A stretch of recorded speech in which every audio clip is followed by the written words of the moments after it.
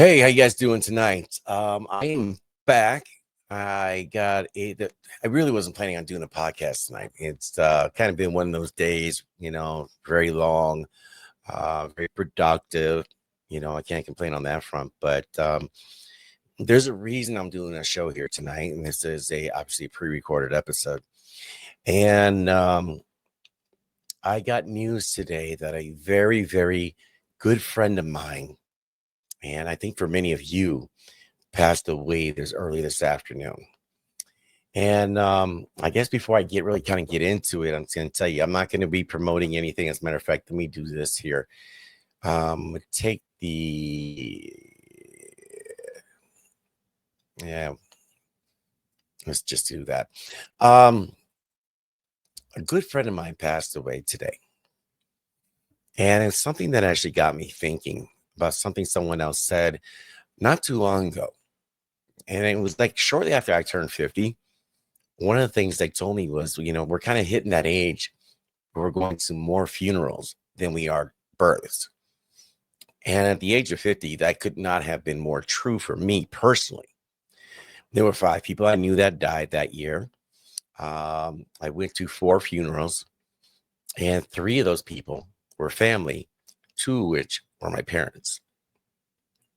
Yeah, definitely attending more funerals than births, these days. But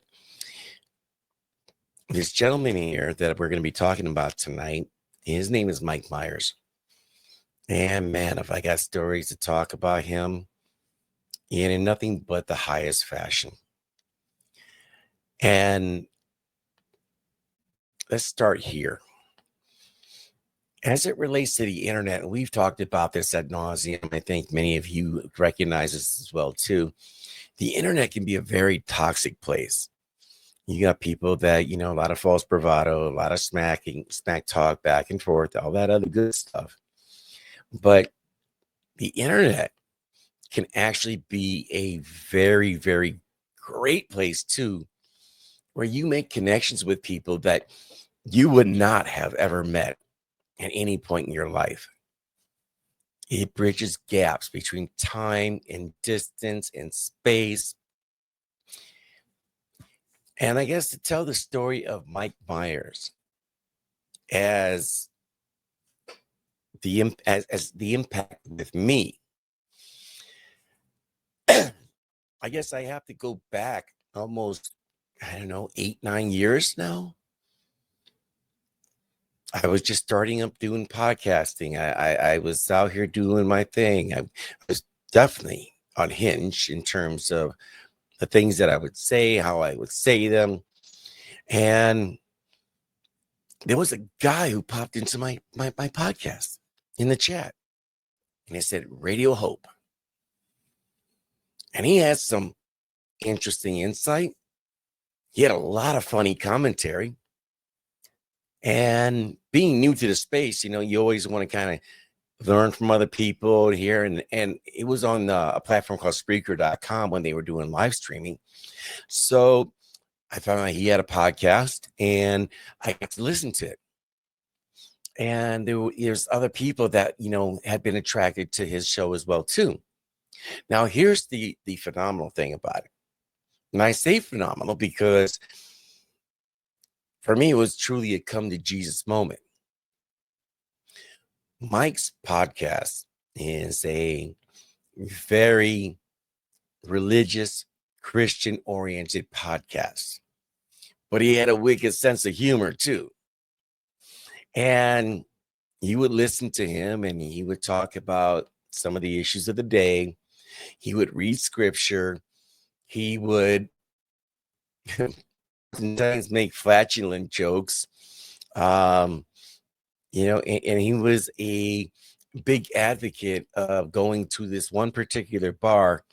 Yeah, the bar I believe was called Wilson Tap. And leave it to Mike to go ahead and make an acronym out of WTF, as in what the fudge.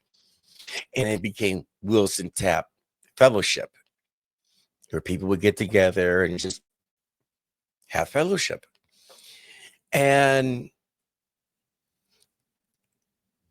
he was big in advocating for his community in Boone, Iowa when he was living there. He oftentimes had talked about wanting to start up some time a youth center or, something to help out the community. He was a great interviewer. As a career, he actually was in radio broadcast for a number of years. But by the time I met him online here, he was a podcaster. And on a personal note, I think that we look at various people and how they present themselves, how they talk. You might say this person is too crass, this person is too mellow, this person is too weak, too strong. And I think what a lot of us tend to miss is that while that person might be crass, that person wasn't for you. And with Mike's quirks and all of his, idiosyncrasies, that you could certainly have an issue with.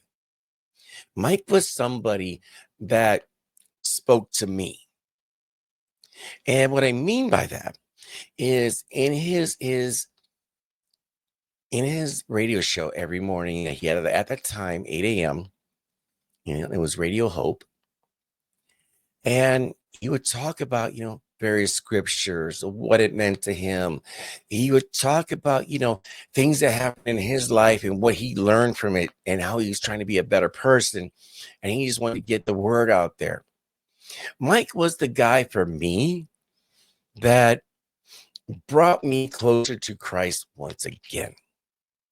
Now, as many of you guys know, I'm not one to really talk about my faith publicly.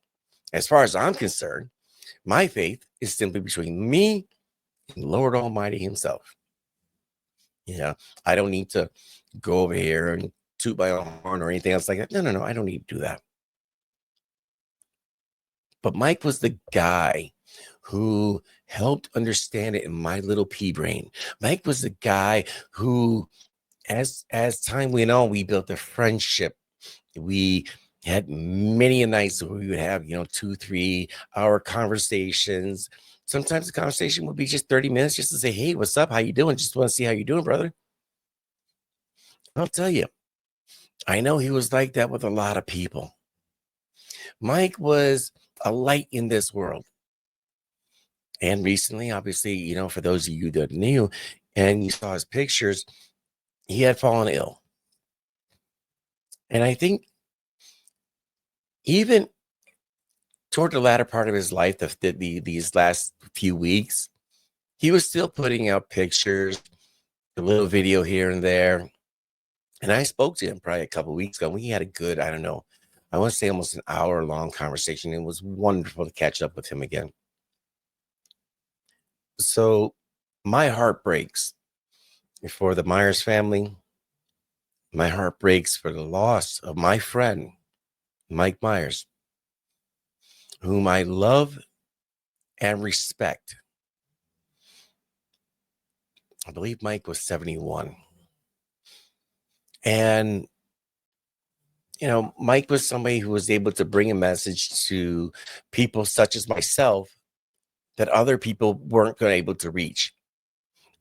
And he did so much to make an impact in so many other people's lives. And what's craziest about this, I've never met Mike in person. Like we've never actually crossed paths, shook hands, broke bread, had a drink together. But in the shared space of this podcast space that we had, with the conversations that we had when we would talk about family, we would talk about our faith, we would talk about geopolitical issues as well. And oftentimes we would just talk about each other and how we're doing. I feel like I'm going to get teary here. Mike, you left the world a better place. I think Bob Huber, he summed that up right.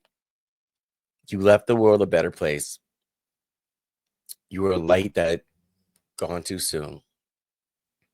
But I know, I don't think, I don't guess.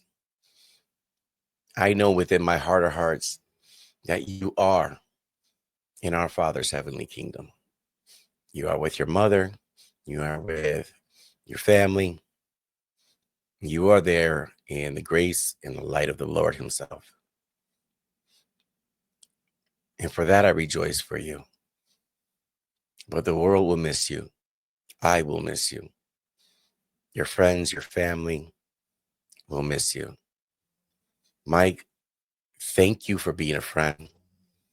It was truly an honor and a privilege to have gotten to know you.